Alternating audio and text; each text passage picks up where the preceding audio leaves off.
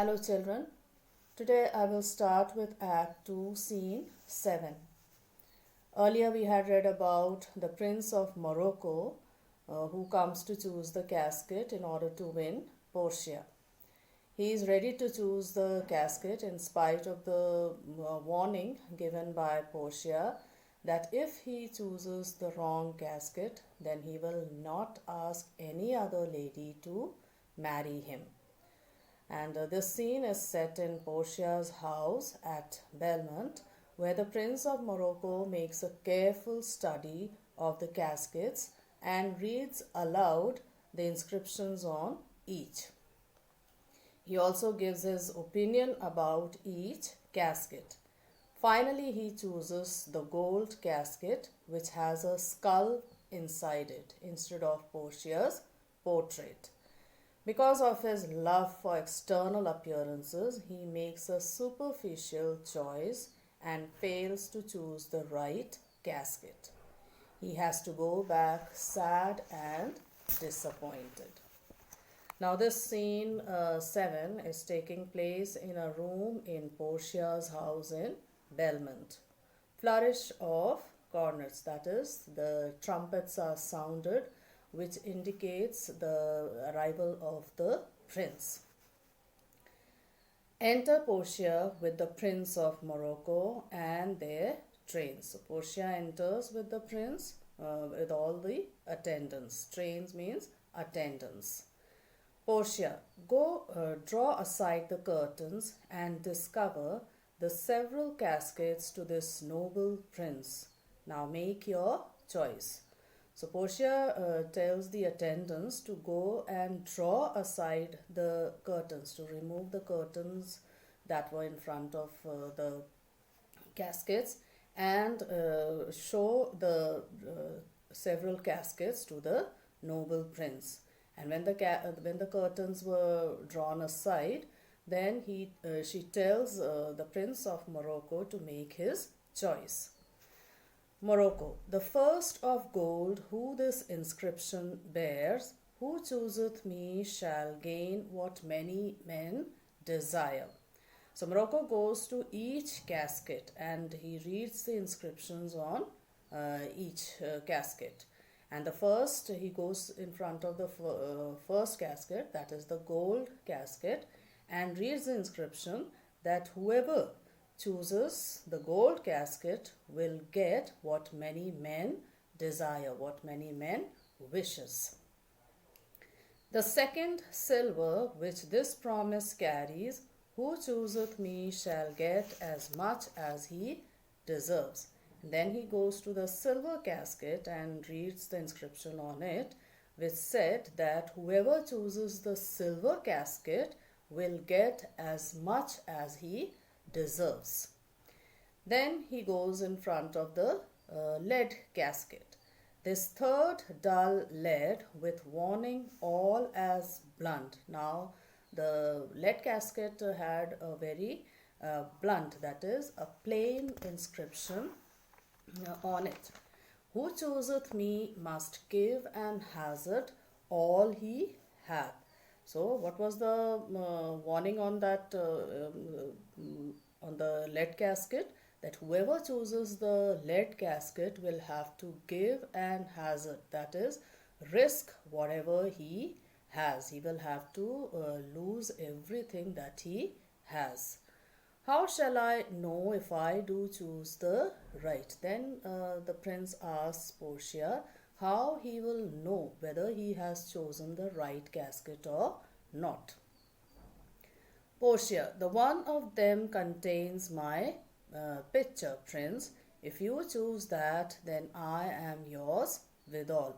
So Portia tells him that the casket which contains her picture is the right casket, and if the prince chooses that casket, then she will be his. Morocco, some god direct my judgment. Now here Morocco, earlier also he expressed his feelings that in spite of the fact that he was so powerful and rich, luck was something that will help him to choose the right casket, and he knew that Only God can help him. So he prays to God that God should help and guide him to choose the right casket. Let me see, I will survey the inscriptions back again. Then he again goes back to he again wants to read the inscriptions that he has already read. What says this leaden casket? Who chooseth me must give and hazard all he hath. So again he reads what is written on the lead casket, and he says must give for what. So the lead casket had a threatening message that whoever chooses it will have to give or hazard, that is risk everything that he has. So the king so the prince asks the question, must give for what? For what should he give his everything? Hazard for lead, for a cheap metal like lead. This casket threatens, and he says that the message, the inscription on the casket threatens. Men that hazard all do it in hope of fair advantages. And he says that men who are ready to risk everything, they do so in the hope of getting some good returns. Fair advantages means good returns. So people are ready to risk their everything only when they get the promise that they will get something good in return. A golden mind stoops not to shows of dross. And he says that a golden mind, that is, a golden mind here means a noble person like him will not stoop, that is, he will not bend to such shows of dross, that is, such worthless things, that is, he will not stoop in front of cheap and dull metal like lead. I'll then nor give nor hazard aught for lead. And then finally he says that he will not give or nor hazard anything. Aught means anything for lead. So he decides not to choose the lead casket because of its threatening message and also because of its dull color. What says the silver with her virgin hue? Then the Prince of Morocco goes in front of the silver casket, and he again wants to read what is written on the silver casket with her virgin hue. Virgin hue means with her pure color. Who chooseth me shall get as much as he deserves. As much as he deserves. Pause there, Morocco, and weigh thy value with an even hand. So he reads the inscription on the silver casket, and then he thinks over the phrase as much as he deserves. And when he thinks over this phrase, he tells himself to pause there, that is, stop there, and weigh thy value. Weigh thy value means and to judge his own worth with an even hand. With an even hand means without being partial.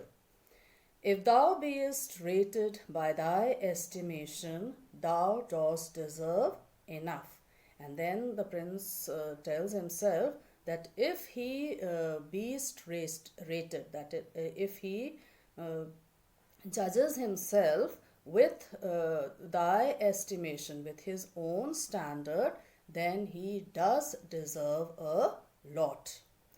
And yet enough may not extend so far as to the lady. And then he also realizes that even though he deserves a lot, but that may not be enough to extend so far as to the lady. That is, it may not be sufficient to win over Portia. And yet to be afeard of my deserving were but a weak disabling of myself. But at the same time, the prince says that yet to be afeard, that is, yet to be ensured of my deserving. That is, if he is doubtful about his deserving, then it will be a sign. But were but a weak disabling of myself means that it will be a sign of weakness, which would be a discredit of himself. That is, he would be degrading or lowering himself. This he didn't want. As much as I deserve, why, that's the lady. And then again he feels that as much as I deserve, and what is it that he deserves? The lady, that is Portia. I do in birth deserve her, and in fortunes, in graces and in qualities of breeding, but more than these in love I do deserve. And then here he gives various reasons as to why he deserves to have Portia. So these are the various reasons given by him. You may note down these reasons, children, that the Prince of Morocco says that I do in birth deserve her. That is because of his birth. That is, he has been born into a royal family. He deserves, he is a prince. That is why he deserves her. And in fortunes, fortunes means wealth. He is very rich. That is why he deserves Portia. In graces, graces here means qualities, good qualities he had. And in qualities of breeding, that is, he had many good qualities and he had a good breeding. Breeding means upbringing also. But more than these in love I do deserve. But more than all these qualities, he deserves to have Portia because of his love for her. What if I strayed no further but choose here? And then he thinks over the question that as to what if he strayed no further, that is, what if he moved no further but chose here, and he just chooses the silver casket without going towards the gold casket. Let's see once more this saying graved in gold. But again he just decides to once again read what is written on the gold casket. Who chooseth me shall gain what many men desire. Why? That's the lady.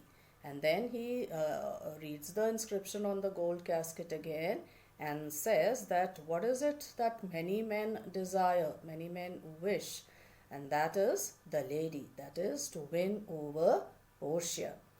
All the world desires her. That is, all the people in the world. All the world here means it is referred to all the people desire her. From the four corners of the earth they come to kiss this shrine, this mortal breathing saint. And he says that all the people in the world, they wanted to win Portia, and so they were coming from all four corners of the earth. They were coming from different countries of the earth to kiss this shrine. Now here shrine is actually a place where the sacred relics of a holy person is kept, and pilgrims kiss the relic to show their respect. So here Portia is compared to a shrine which people come in order to kiss. This mortal breathing saint, and again here Portia has been compared to a mortal breathing saint. Mortal breathing saint means a person who is alive but is like a saint, very pious and holy. So Portia has been here compared to two things: a shrine which people are coming to visit, and a mortal breathing saint. That is, because of her good qualities, she has been compared to a mortal, a living, breathing saint. So this much for today, children. The next half we will do in the next video.